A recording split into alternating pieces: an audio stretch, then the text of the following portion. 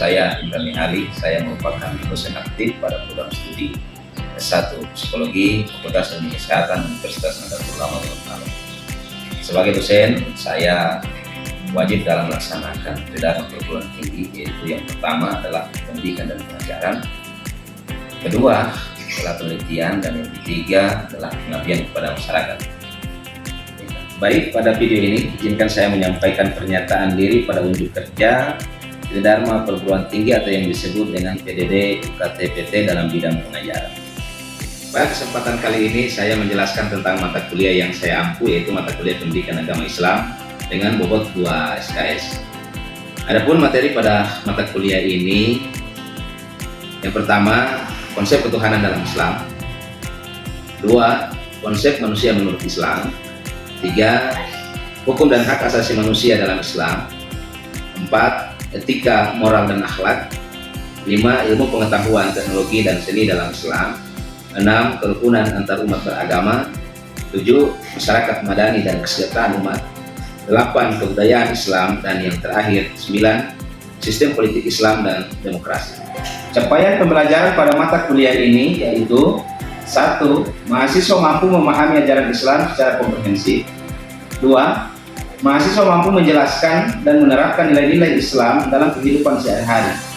Yang ketiga, mahasiswa mampu menganalisis dan bersikap toleran, moderat, kritis terhadap isu-isu kontemporer, serta menunjukkan etika akademik dan profesional. Baik, adapun metode pembelajaran yang saya gunakan dalam pembelajaran ini, yang pertama ceramah, yaitu bagaimana memberikan informasi pada mahasiswa tentang materi pembelajaran. Kemudian yang kedua adalah diskusi, yaitu memberikan kesempatan pada mahasiswa untuk bekerja sama dalam memecahkan masalah dan melakukan tanya jawab antar kelompok. Yang ketiga adalah evaluasi pembelajaran, yaitu bagaimana mengetahui pemahaman mahasiswa terkait pembelajaran. Sedangkan deskripsi singkat mata kuliah ini, secara umum, mata kuliah Pendidikan Agama Islam dirancang untuk mendorong minat mahasiswa, sekaligus mempersiapkan mahasiswa untuk menjadi ilmuwan dan profesional yang beriman dan bertakwa kepada Tuhan Yang Maha Esa, berakhlak mulia dan memiliki etos kerja, serta menjunjung tinggi nilai-nilai kemanusiaan dan kehidupan. Secara khusus, mata kuliah Pendidikan Agama Islam bertujuan membantu mahasiswa memantapkan kepribadiannya agar secara konsisten mampu mewujudkan nilai-nilai dasar keagamaan dan kebudayaan, rasa kebangsaan dan cinta tanah air sepanjang hayat dalam menguasai, menerapkan, dan mengembangkan ilmu pengetahuan, teknologi, dan seni yang dimilikinya dengan rasa tanggung jawab sesuai dengan tuntunan dan ajaran Islam dalam kehidupan sehari-hari. Bobot penilaian untuk menghasilkan nilai akhir adalah: pertama, kepribadian 10%, tugas mandiri 15%, tugas terstruktur 15%, UTS 25%, dan UAS 35%. Baik, berikut saya akan menampilkan video pembelajaran pada mata kuliah Pendidikan Agama Islam di dalam kelas. Selamat menyaksikan.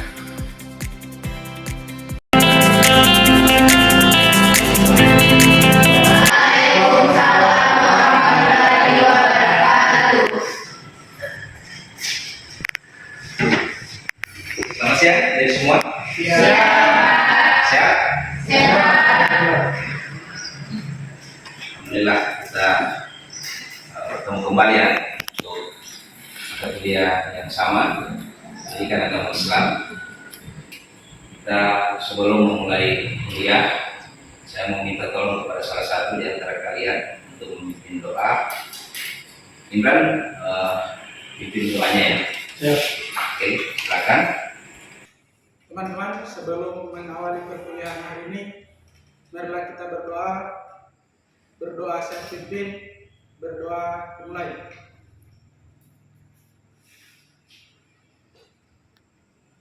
Sebelum memulai kuliah ini, saya absen dulu ya. Keting absen yang ini ya. Iya Pak. Saya panggil Saskawan di Ibrahim. Hadir Pak. Oke. Ada dia Rahmola. Hadir Pak. Alia Ainun Gani. Hadir Pak. Rifatul Marifah Jauhari. Hadir Pak. Silvi Maradila Usai. Hadir Pak. Oke, Sri Marcella Delani. Hadir Pak. Sisi Mokuginta. Hadir Pak. Jul Paramata. Hadir Pak. Imran Bakari. Hadir. Malik Paramata. Hadir Pak. Ardian. Hadir Pak. Ini kita masuk pada pertemuan yang ke-7, membahas tentang ilmu pengetahuan, teknologi, dan seni dalam Islam. Baik adik-adik semua, saya ingin mengevaluasi pertemuan yang minggu kemarin tentang materi etika, moral, dan akhlak. Kira-kira saya meminta di antara kalian siapa yang bisa memberikan penjelasan tentang etika. Silakan, kira-kira siapa? Saya Pak. Etika adalah ilmu yang membahas tentang baik dan buruk, benar dan salah dalam perilaku manusia menurut logika dan pemikiran akal sehat. Adapun contohnya itu tidak berbohong saat memberikan informasi, lalu menghormati pendapat orang lain dalam berdiskusi. Dan ciri khas etika ada 3, yakni berdasarkan akal pikiran, berlaku secara umum dan rasional, lalu yang ketiga tidak selalu terikat agama atau budaya. Selanjutnya, siapa yang masih mengetahui penjelasan tentang moral? Saya Pak. Oke, silakan. Moral adalah aturan atau nilai yang hidup dan berkembang dalam masyarakat yang menentukan mana yang dianggap baik dan buruk menurut lingkungan sosial atau budaya tertentu. Contoh yang pertama, mengucapkan salam saat bertemu orang tua dianggap baik di masyarakat. Yang kedua, tidak memakai pakaian terbuka di tempat ibadah. Adapun ciri khas moral terbagi menjadi 2. Yang pertama, tergantung budaya atau adat setempat. Yang kedua, bisa berbeda antara satu masyarakat dengan yang lain. Oke, luar biasa ya. Itu tadi sudah 2 orang yang menjelaskan tentang etika, kemudian moral. Kemudian siapa yang masih ingat penjelasan tentang akhlak? Oke, silakan. Akhlak berasal dari bahasa Arab yaitu khuluq yang berarti pride dan budi pekerti. Dalam Islam, akhlak adalah sikap dan perilaku yang mencerminkan nilai Islam berdasarkan Al-Quran dan hadis. Contohnya dalam berdagang yang harus jujur, sebagaimana meneladani Nabi kita Nabi Muhammad SAW. Terus yang kedua, bersikap sadar dan tidak membalas kejahatan dengan kejahatan. Ciri-ciri alas ada 3. Yang pertama, bersumber dari wahyu yaitu Al-Quran dan Al-Sunnah, bersifat tetap, tidak berubah-ubah tergantung zaman atau tempat, dan yang terakhir diniatkan karena Allah atau ibadah. Oke, kasih aplaus dulu untuk kita semua. Bagus ya, berarti masih ingat pembelajaran yang minggu lalu ya, atau minggu kemarin. Nah, selanjutnya kita nanti masuk pada pertemuan yang berikut. Jadi pertemuan kita yang ke-7 membahas tentang ilmu pengetahuan, teknologi, dan seni dalam Islam.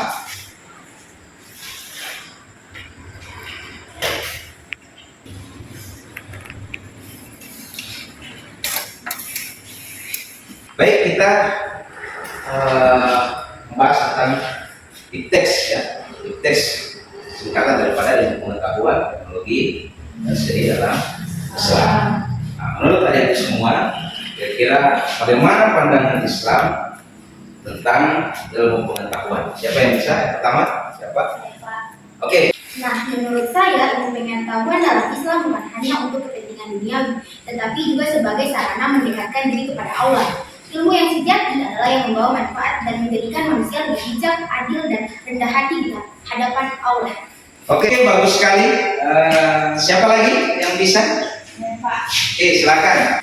Jadi kalau menurut saya bahwa Islam ini sangat mendorong umatnya untuk menuntut ilmu. Nah, banyak ayat Al-Quran dan juga hadis menuntut ilmu itu dianggap sebagai kewajiban bagi setiap muslim. Nah, di ilmu ini itu dianggap sebagai sarana untuk mengenal Allah dan juga menjalani hidup secara dengan bijaksana. Oke, bagus sekali. Sudah ada 2 pendapat ya tentang bagaimana pandangan Islam terhadap ilmu pengetahuan. Ada lagi? Saya, Pak. Silakan. Betul apa yang dikatakan oleh teman-teman saya tadi, karena Islam menempatkan ilmu pengetahuan pada posisi yang sangat tinggi. Banyak Al-Quran mendorong umat untuk berpikir, belajar, dan mencari ilmu. Bahkan, wahyu yang pertama turun ialah Iqra, yang artinya bacalah, yang menegaskan betapa pentingnya membaca dan belajar. Ya, luar biasa sekali. Tepuk tangan dulu. Ya, semua, saya kira apa yang tadi disampaikan sebenarnya inilah pandangan Islam tentang ilmu pengetahuan. Artinya bahwa sebenarnya Islam itu secara vital, ya, dia malah mendorong, ya, memberikan inovasi, kemudian bahkan meningkatkan kesejahteraan, ya. Bahkan ini bisa menghasilkan pemahaman mendalam tentang alam semesta, sehingga ipteks itu adalah kunci, ya, terhadap kemajuan umat manusia.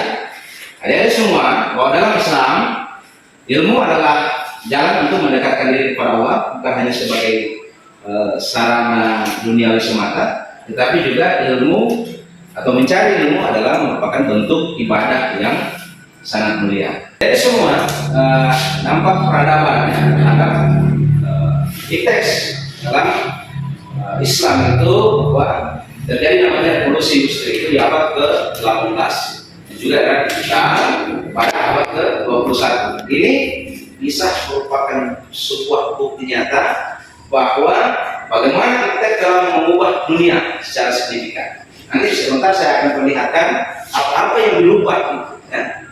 Kemudian secara tauhid bahwa alam semesta ini memandang bahwa sebagai tanda kebesaran Allah Subhanahu wa taala itu termuat dalam Quran surat Al-Imran ayat 190 sampai 191, di mana ayat ini memberikan motivasi terhadap riset dan eksplorasi ilmiah untuk memahami ciptaannya. Oke, baik, dari semua kita lanjut materi. Tadi ada yang menyampaikan bahwa Al-Quran itu sangat mengutamakan, ya, bagaimana sebuah ilmu pengetahuan harus dimiliki oleh setiap makhluk. Nah, ini kita bisa lihat pada Al-Quran surat Al-A'la ayat 1 sampai 5. Ini merupakan surat yang pertama kali turun, ya, yang disampaikan oleh malaikat Jibril kepada Nabi Muhammad SAW. Yang pertama itu malaikat Jibril mengucapkan kata Iqra. Iqra, kemudian Nabi Muhammad bertanya, apa yang harus saya baca? Kemudian disampaikan lagi oleh malaikat Jibril, Iqra bismi rabbikal ladzi khalaq. Itu. Oh, maksudnya adalah kita diminta untuk menekankan pentingnya ilmu sejak awal. Jadi Islam sebenarnya sangat menunjukkan bahwa setiap pemeluknya, siapapun manusia di muka bumi ini harus membaca atau juga mempelajari ilmu pengetahuan. Hadis Nabi banyak yang menunjukkan tentang bagaimana keutamaan menuntut ilmu. Salah satunya adalah bahwa menuntut ilmu merupakan sebuah kewajiban bagi setiap muslim. Dalam hal ini Nabi SAW menjelaskan bahwa mencari ilmu adalah perintah agama. Kemudian ada juga dalam hadis lain, utlubul ilma minal lahdi ilal lahdi, ya, dari buaya sampai ke liang lahat. Jadi bahkan segitunya Nabi Muhammad SAW menyampaikan kepada kita menuntut ilmu itu dimulai dari minal lahdi, sejak kecil sampai meninggal, sampai sudah ke liang lahat. Terus ada juga yang menyatakan bahwa utlubul ilma walau bisin, tuntutlah ilmu sekalipun itu di negeri Cina. Nah, ini merupakan atau menunjukkan universalitas ilmu dan pentingnya menuntut ilmu dimanapun dia berada, ya, dimanapun kita berada, bahkan di tempat jauh sekalipun. Adik-adik semua, jadi secara Al-Quran maupun hadis, ya, itu menjelaskan tentang bagaimana pentingnya menuntut ilmu. Baik, adik semua, kita lanjut, ya. Berikut adalah ini merupakan masa ke masa, ya, Islam, apalagi berkaitan dengan ilmu pengetahuan. Kita punya seorang ahli matematika, ya, namanya Al-Khwarizmi, ya. Beliau wafat pada tahun 850 Masehi. Beliau memperkenalkan aljabar, algoritma, ya, angka nol itu ke belahan dunia barat. Ini dijadikan sebagai sebuah fondasi matematika modern. Itu luar biasa. Jadi kita punya pemikir, seorang ilmuwan dari kalangan muslim yang menemukan tentang atau memperkenalkan tentang algoritma, aljabar, atau yang berkaitan dengan matematika. Kita juga punya di bidang astronomi, ada namanya Al-Batani. Beliau wafat pada tahun 929 Masehi. Beliau menemukan yang namanya orbit elips planet, menghitung tahun dengan akurasi 365 hari, 5 jam 45 menit 24 detik. Itu luar biasa. Jadi sebenarnya yang muncul ini kan belakangan. Di awalnya kita sudah punya seorang ahli, ya. Ini dari Muslim juga. Kemudian di bidang kedokteran kita punya namanya Ibnu Sina. Akan beberapa tempat-tempat yang menjual obat-obatan berkaitan dengan medis itu malah adalah menamakan apotek Ibnu Sina atau yang lain-lain. Pokoknya di bidang kesehatan kita punya ini. Beliau dikenal dengan Lieutenant of Medicine, ya, menjadi sebuah rujukan medis global, ya, medis global selama kurang lebih 600 tahun. Ini bahkan sumbangan yang tak ternilai, ya, dalam dunia kedokteran. Kemudian juga kita punya Jabir Ibnu Hayyan. Beliau wafat pada tahun 815 Masehi. Ini seorang pelopor kimia eksperimental, dengan penemuan yang sangat luar biasa. Ini juga membuka jalan bagi pengembangan kimia modern. Baik, kita lanjut adik-adik semua. Kita lanjut. Nah, di bagian inovasi, teknologi dan rekayasa. Baik, kita juga punya di bidang kependidikan namanya Al-Ghazali. Beliau wafat pada tahun 1296 Masehi. Jadi beliau ini dengan Book of Knowledge of Hypnosis Medical Device itu kurang lebih berisi lebih dari 50 alat mekanik otomatis yang sangat inovatif. Juga di bidang farmasi kita punya Ibnu Baitar, di bidang navigasi kita punya Ibnu Majid, ya. Ini yang menemukan kompas dan astrolabe, ya. Kemudian di bidang pertanian kita punya di Andalusia itu pada abad yang ke-10 sampai 12 Masehi, bagaimana meningkatkan produktivitas pertanian 3 sampai 4 kali lipat untuk mendorong kemakmuran. Baik, semua kita lanjut, ya. Jadi ini kalau tadi di bidang di bidang inovasi, teknologi dan rekayasa, kemudian ini di bidang seni dan arsitektur yang sangat memukau. Jadi kita punya Masjid Cordoba. Ini dibangun pada tahun 785 Masehi. Ini di Spanyol, ya, Andalusia. Sekarang sudah jadi katedral. Kemudian kita punya Masjid Al-Hamra. Ini dibangun pada tahun 1350 Masehi. Kemudian ada namanya Taj Mahal. Taj Mahal ini di India. Ini dibangun pada tahun 1653 Masehi. Oke, adik semua. Itulah tadi bagaimana kita melihat ilmu pengetahuan dan teknologi dan seni, ya. Banyak para ilmuwan Muslim. Itu kita kasih aplaus dulu kepada mereka semua, ya. Oke, kita adik sebelum kita selesaikan kuliah ini, kita diskusi kelompok, ya. Nanti saya akan membagi Anda dalam beberapa kelompok. Nanti ada kelompok 1, kelompok 2, dan juga kelompok 3, ya. Nanti untuk kelompok 1 tempatnya di sini, kelompok 2 tempatnya di sini, kelompok 3 nanti tempatnya di bagian sini. Oke, sudah? Kalian semua sudah? Hasil kelompoknya sudah bisa dipresentasikan? Ya, sudah. Oke, jadi nanti sudah ada kelompok 1, kelompok 2, kelompok 3 yang akan mempresentasikan. Nanti di kelompok 1 siapa, ya? Oke, kelompok 1 Malik, kemudian kelompok 2 Ya. Oke, Imran. Yang kelompok 3 oke, silakan. Kita akan mendengarkan hasil presentasi, hasil diskusi kelompok daripada masing-masing kelompok, ya. Kelompok 1 yang pertama, silakan dipresentasikan hasil diskusi kelompoknya. Baik, di sini kami mendapatkan tema dampak positif dari kemajuan teknologi terhadap umat Islam di saat ini. Dari hasil diskusi kami mendapatkan 3 dampak positif. Yaitu yang pertama, mempermudah penyebaran dakwah melalui internet dan media sosial. Maksudnya di sini kemajuan teknologi memungkinkan dakwah Islam disampaikan lebih luas dan cepat melalui platform seperti YouTube, Instagram, dan podcast. Para dai bisa menjangkau jutaan orang dari berbagai daerah dan latar belakang hanya dengan satu klik. Yang kedua, memperbaiki layanan kesehatan dan pendidikan.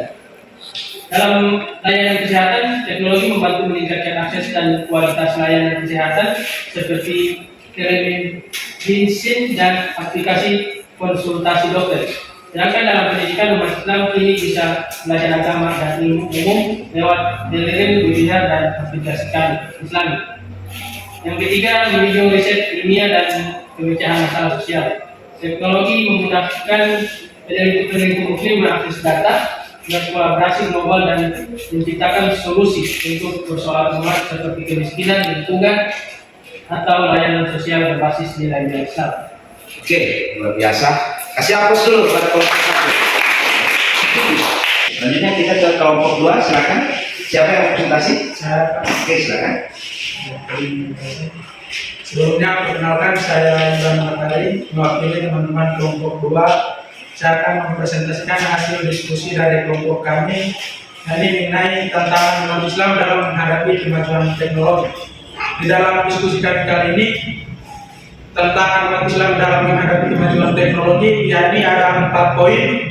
Yang pertama, penyalahgunaan teknologi untuk hal negatif.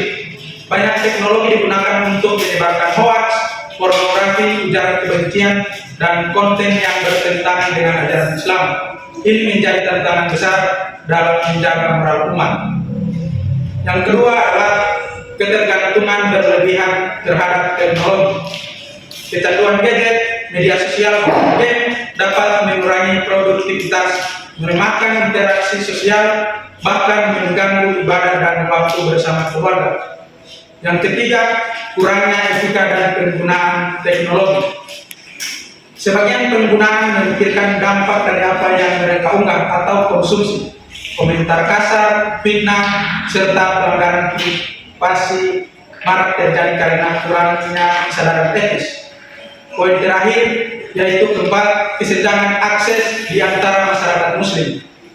Tidak semua umat Islam memiliki akses yang sama terhadap teknologi. Hal ini menyebabkan ketimpangan dalam pendidikan informasi dan kesempatan ekonomi, terutama di daerah tertinggal. Baik, demikian itulah hasil diskusi dari kelompok kami. Sekian, terima kasih. Oke, apa seluruh pada kelompok 2? Terima kasih ya. Selanjutnya adalah kita mendengarkan kelompok 1, kelompok 2. Dari kelompok 3, silakan dipresentasikan hasil diskusi kelompoknya. Baik, kami dari kelompok 3 akan memaparkan hasil diskusi kami dengan tema bagaimana cara umat Islam menjaga relasi virtual dalam dunia modern dan serba teknologi. Kami menunjukkan bahwa ada 3 poin penting. Yang pertama adalah menjaring informasi dan konten secara bijak, yaitu umat Islam selalu memilih konten sesuai dengan dan nilai Islam. Hindari informasi hoax, pornografi, dan konten yang merusak akhlak. Sikap kritis dan bijak dalam bermedia adalah bentuk menjaga hati dan pikiran agar tetap bersih. Poin kedua yakni menggunakan teknologi untuk tujuan yang bermanfaat. Gunakanlah teknologi untuk berdakwah, belajar, berdagang secara halal, atau berkontribusi positif bagi masyarakat. Dalam begitu, teknologi menjadi sarana amal dan bukan alat kemaksiatan. Dan yang terakhir ada tetap menjaga ibadah dan nilai bagi di tengah aktivitas digital. Meskipun sibuk di dunia digital, umat Islam tetap harus menjaga waktu sholat, membaca Al-Quran, dan berakhlak baik saat offline maupun online. Prioritaskanlah belajar virtual di atas kehidupan dan offline. Sekian dari kami, terima kasih. Oke, kasih aplaus dulu untuk kelompok. Itulah presentasi kelompok 1, kelompok 2, dan kelompok 3 terkait teks ya. Terima kasih. Kita ke materi yang terakhir untuk pertemuan kali ini. Kita membahas tentang integritas iman, ilmu, dan amal. Jadi ilmu pengetahuan ini sangat berkaitan erat dengan iman dan juga amal. Kita kaji satu-satu bahwasanya dalam iman bahwa ini berkaitan dengan akidah. Harusnya ini menjadi sebuah fondasi spiritual. Bahwasanya niat Allah Ta'ala dan ini Allah itu dalam melakukan setiap aktivitas. Termasuk dia mencari ilmu. Jadi mencari ilmu mau apa saja itu niatnya harus lillahi ta'ala. Bahwa kita mencari keridhaan Allah Subhanahu wa taala. Dan keimanan ini bisa menjadi sebuah pembimbing ya, dan juga bagian daripada sebuah tujuan dan motivasi kita dalam kehidupan ya. Kemudian di bagian ilmu itu bahwa yang dimaksud di sini sebuah pengetahuan yang benar, entah itu ilmu agama maupun juga ilmu umum, itu harus diperoleh melalui riset dan juga belajar. Tentu tadi saya sudah menjelaskan di awal tentang bagaimana ilmu itu menjadi sebuah fondasi ya, atau dasar awal dan juga menjadi arah bagi kemajuan kehidupan manusia. Ya. Kemudian yang terakhir amal ya, atau yang berkaitan dengan akhlak ya. Ada syair al ilmu bil amalin sajari bila sama ilmu yang tidak diamalkan itu laksana pohon yang tidak ada buahnya. Pohon yang tidak ada buahnya masih bisa dijadikan sebagai tempat untuk berteduh, tapi bagaimana kalau pohon itu memiliki buah? Dia tidak hanya dijadikan sebagai tempat berteduh, tapi bisa dikonsumsi buahnya, bisa dimanfaatkan ilmunya. Baik adik semua, sebelum mengakhiri perkuliahan ini, saya ingin memberikan tugas kepada Anda semua. Tugas ini akan saya periksa di minggu depan ya. Silakan dicatat tugasnya. Anda nanti akan menelaah beberapa jurnal, ya, dimaksimalkan 5 jurnal, 3 itu jurnal nasional dan 2 adalah jurnal internasional. Ini nanti akan saya periksa di minggu depan pada pertemuan yang berikutnya. Saya kira inilah pertemuan kita tentang materi ilmu pengetahuan, teknologi dan seni dalam Islam untuk pertemuan yang ke-7 ini. Selanjutnya nanti kita akan bertemu pada pertemuan yang ke-8 khusus untuk ujian tengah semester. Jadi semua demikian pembelajaran kita. Saya kurang mohon dimaafkan. Assalamualaikum warahmatullahi wabarakatuh.